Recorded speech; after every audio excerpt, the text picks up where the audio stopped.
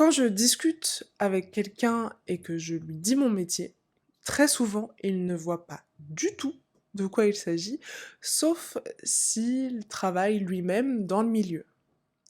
Ingénieur pédagogique, ingénieur de formation, concepteur, instructional design, que veulent dire tous ces termes? Quelle différence entre tous ces métiers? Voyons tout cela ensemble.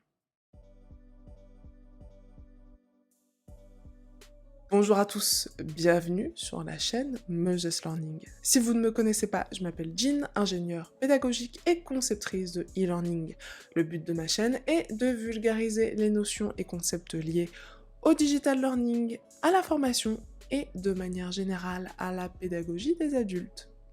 Si à la fin de cette vidéo, le contenu vous a plu, je vous invite à liker, commenter, partager et à activer la cloche des notifications pour ne pas manquer mes prochains contenus. Installez-vous bien confortablement et c'est parti pour cette nouvelle vidéo. Revenons aux sources. Ingénierie. Ce terme vient du mot génie, selon le dictionnaire du Petit Larousse. Il s'agit de l'ensemble des connaissances et des techniques concernant la conception, la mise en œuvre et les applications de procédés, de dispositifs, de machines propres à un domaine déterminé. Un spécialiste en ingénierie est donc un individu qui conçoit, met en œuvre, contrôle, dirige, évalue une action de production en respectant les règles de sa discipline. Un ingénieur ne travaille pas forcément dans l'informatique, la robotique, l'aéronautique ou tout autre secteur d'activité dont le nom se termine en tic. Gilles Leclerc, chercheur et auteur spécialisé en formation et en pédagogie, distingue 3 types d'ingénierie. L'ingénierie sociale, qui intervient à un niveau macro-social. Elle concerne les entités supranationales des États. L'ingénierie de formation, qui s'exerce à un niveau mésosocial. C'est là où des entités comme des écoles, des organismes de formation, des cabinets de consultants prennent position.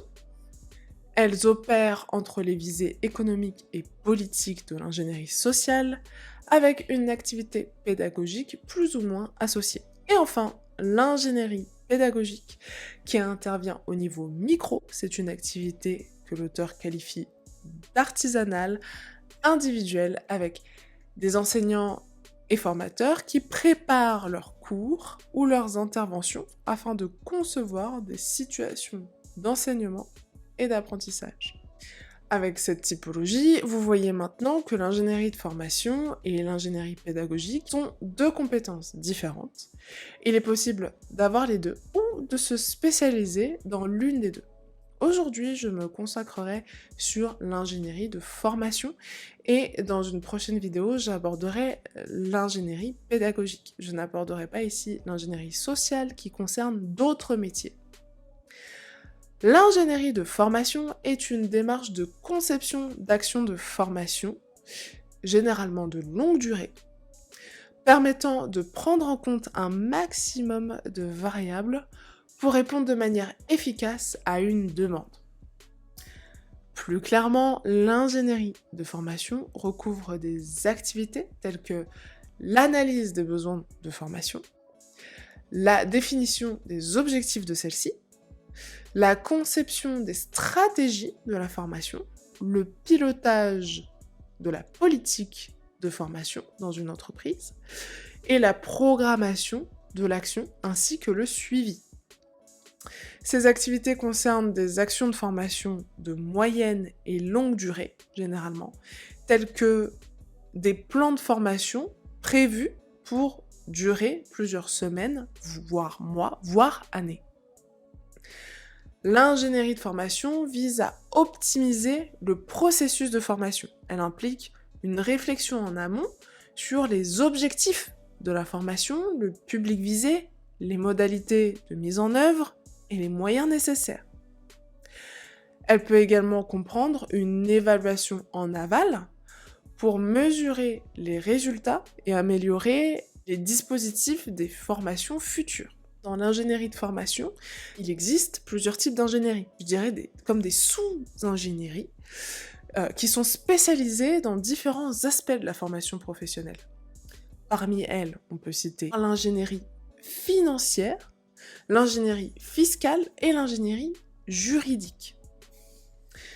L'ingénierie financière, cette ingénierie vise à mettre en place des dispositifs de formation en tenant compte des contraintes budgétaires des entreprises. L'objectif est de maximiser le retour sur investissement en optimisant les coûts de la formation tout en assurant la qualité de la formation dispensée.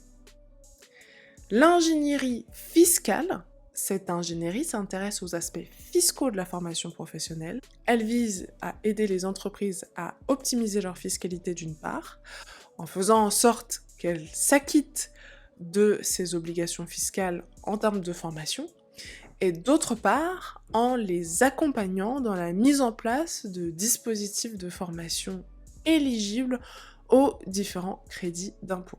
L'ingénierie juridique pose la réglementation à laquelle s'attache la formation. Elle vise à aider les entreprises à respecter les différentes réglementations en vigueur, telles que la mise en place de formations obligatoires, notamment les formations d'habilitation électrique, de sécurité incendie, etc. Ces formations obligatoires engagent largement la responsabilité de l'employeur en cas d'accident. L'ingénierie juridique de formation peut ainsi accompagner les entreprises dans la mise en place de dispositifs de formation conformes aux obligations légales et réglementaires.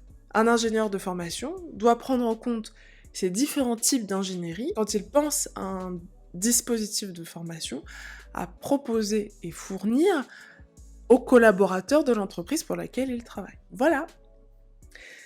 Si vous êtes toujours là, je vous remercie d'être resté tout le long de la vidéo. Dites-moi dans les commentaires, et encore plus si vous êtes ingénieur de formation, si vous souhaitez ajouter des éléments, ce sera avec grand plaisir.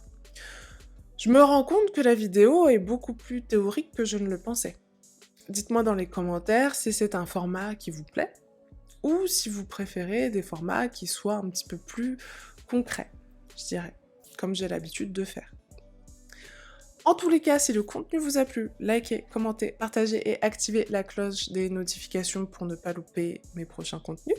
Comme d'habitude, je vous souhaite une très belle journée ou soirée. C'était Jean de Meges Learning. À très bientôt.